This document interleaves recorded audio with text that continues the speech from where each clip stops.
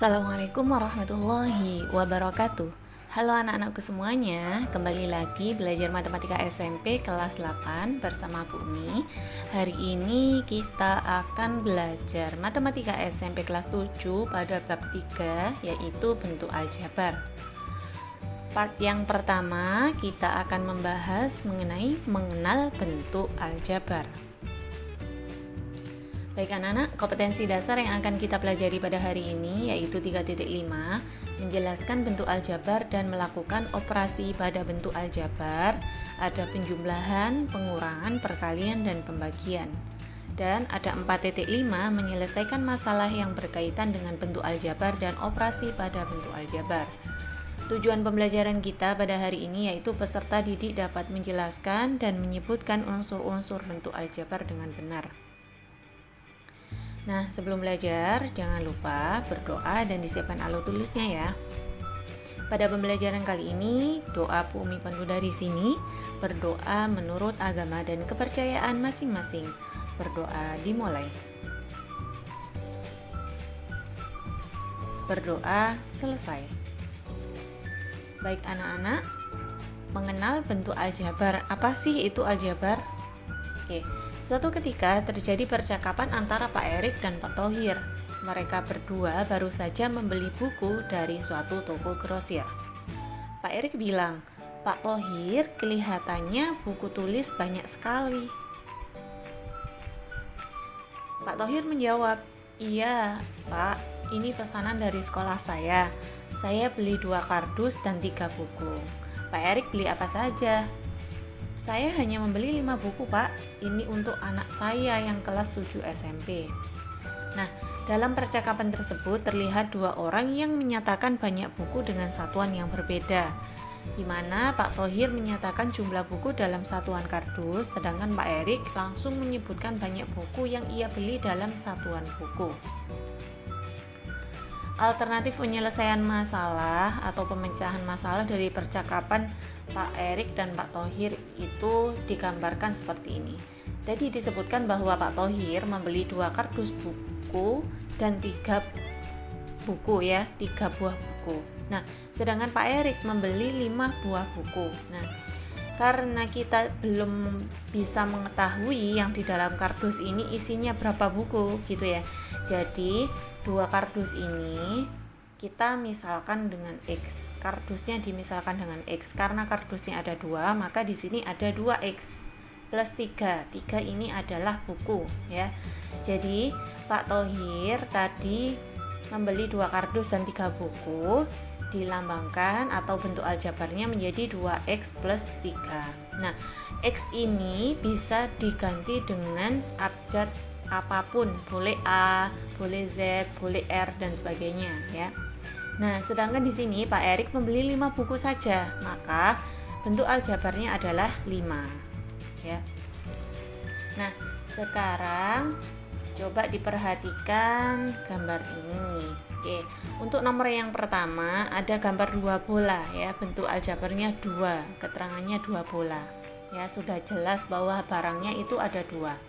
Nah, untuk yang nomor 2 di sini ada 1 kardus di mana kita belum mengetahui bola yang ada di dalam kardus tersebut ada berapa gitu ya.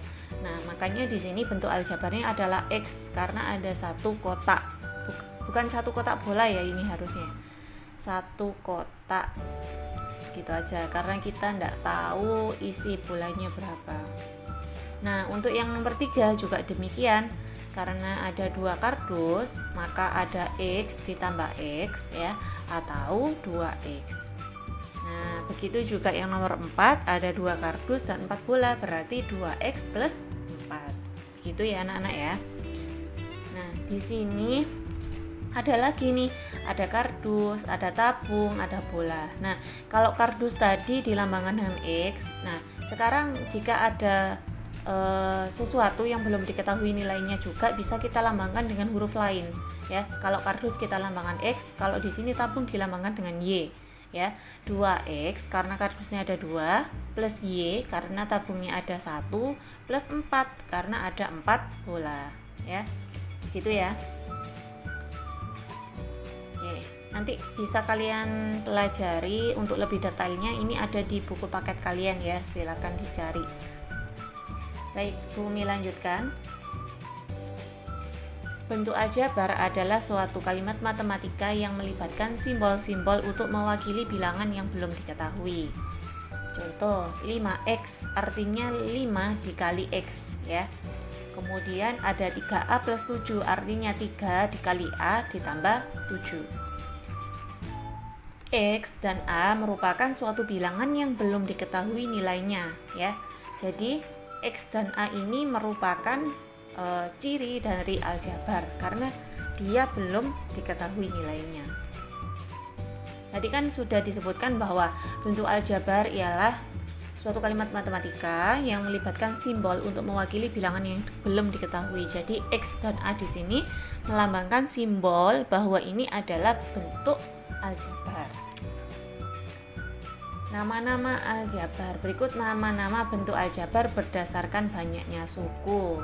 Jika ada 2, ada X dan ada 2X disebut suku 1 atau monomial karena ini hanya terdiri dari satu suku kata, bukan suku kata ya kalau dalam bahasa Indonesia suku kata. Kalau dalam matematika hanya satu suku ya. Contoh selanjutnya 2X plus 4 ini kan dalam satu kesatuan ya. Nah 2x ini satu suku, ada lagi 4 berarti 2x plus 4 ini ada 2 suku, disebut suku 2 atau binomial. Kalau tadi satu suku monomial, kalau 2 binomial. Dan masih ada lagi di sini ada 2x plus 3 plus 7 disebut suku 3 atau trinomial ya, 3. Nah, kemudian untuk bentuk aljabar yang tersusun atas lebih dari 3 suku dinamakan polinomial. Nanti kalian akan mempelajarinya di kelas 9. Unsur-unsur aljabar pada bentuk 2x plus 4, bilangan 2 disebut koefisien, x disebut variabel, sedangkan 4 disebut konstanta. Untuk lebih jelasnya, ini adalah gambaran dari yang Bumi jelaskan pada slide sebelumnya ya. Ini satu suku, ini satu suku. Jadi ketika ada 2x plus 4, ini 2x plus 4 itu merupakan suku 2 ya, atau apa tadi? Binomial. Nah, 2x plus 4 ini mempunyai unsur-unsur aljabar ya. Jadi ketika di sini ada x ini yang belum diketahui nilainya, itu yang dinamakan dengan variabel. Jadi variabel itu sesuatu yang belum diketahui nilainya. Nah, yang ada di depannya variabel itu dinamakan koefisien. Kemudian ada angka yang tidak mempunyai variabel atau angka yang berdiri sendiri itu disebut dengan konstanta. Ini adalah unsur-unsur aljabar. Baik, contoh yang pertama, sederhanakan bentuk aljabar 4x plus 9 dikurangi 5x dikurangi 2. Apa langkah yang harus kita kerjakan terlebih dahulu? Yaitu kelompokkan suku-suku yang sejenis. Di sini ada 4x, ada negatif 5x, ada 9, ada negatif 2. Ada yang mempunyai variabel ya, yaitu variabel x, dan ada yang tidak mempunyai variabel atau yang disebut dengan konstanta. Nah, kita harus mengelompokkan suku-suku sejenisnya supaya bisa menyederhanakan dengan lebih mudah. Oke, Bumi tulis dulu seperti ini. Nah, suku sejenis yang dimaksud adalah jika ada yang mempunyai variabel sama maka harus dikelompokkan. Seperti ini ya, 4x, kemudian negatif 5x nya ditaruh ke depan dan 9 ditarik ke belakang ya. Nah, kalau sudah dikelompokkan menurut suku-suku sejenisnya, kita bisa menghitungnya. Nah, 4x dikurangi 5x itu adalah 4 dikurangi 5, yaitu seperti ini ya. Kemudian 9 dikurangi 2 adalah 7. 4 dikurangi 5 adalah negatif 1x plus 7. Nah, negatif 1x selanjutnya boleh hanya ditulis dengan negatif x. Demikian juga 1x boleh hanya ditulis dengan x ya. Dengan demikian, bentuk sederhana dari 4x plus 9 dikurangi 5x dikurangi 2 adalah negatif x plus 7 ya. Jika di sini ada negatif x, artinya dia mempunyai koefisien 1 ya. Begitu juga dengan X mempunyai koefisien 1. Selanjutnya, contoh yang kedua, sederhanakan bentuk aljabar. Ada 9A pangkat 2 ditambah 3AB dikurangi 7B pangkat 2 dikurangi 12A pangkat 2 ditambah 6AB ditambah 2B pangkat 2. Nah, caranya sama seperti contoh yang pertama tadi, kita harus mengelompokkan suku-suku yang sejenis. Nah, karena di sini ada variabel A pangkat 2, ada variabel AB, ada variabel B pangkat 2, maka ini harus disendirikan ya. Oke. Nah, kurang lebihnya seperti ini. Ada variabel A pangkat 2 sendiri ya, 9, kemudian dikurangi 12.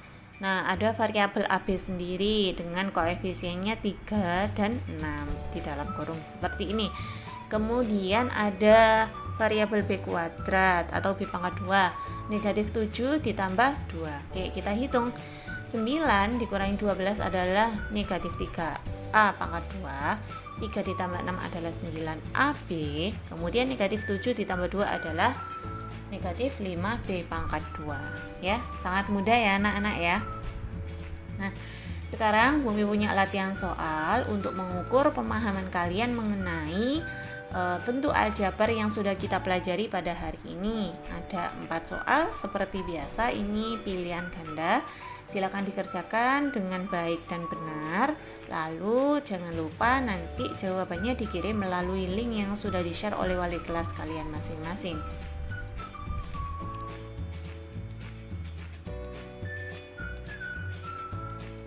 Demikian Bumi mengucapkan terima kasih kepada anak-anak yang selalu semangat mengikuti pembelajaran matematika dan juga mata pelajaran yang lainnya. Semoga ilmu yang kita pelajari pada hari ini bermanfaat dan jangan lupa dibantu subscribe ya, supaya bisa mengikuti pembelajaran selanjutnya dan mendapatkan notifikasi video yang sudah Bu Umi upload. Baik anak-anak, Bumi akhiri, sampai jumpa pada pertemuan selanjutnya. Assalamualaikum warahmatullahi wabarakatuh.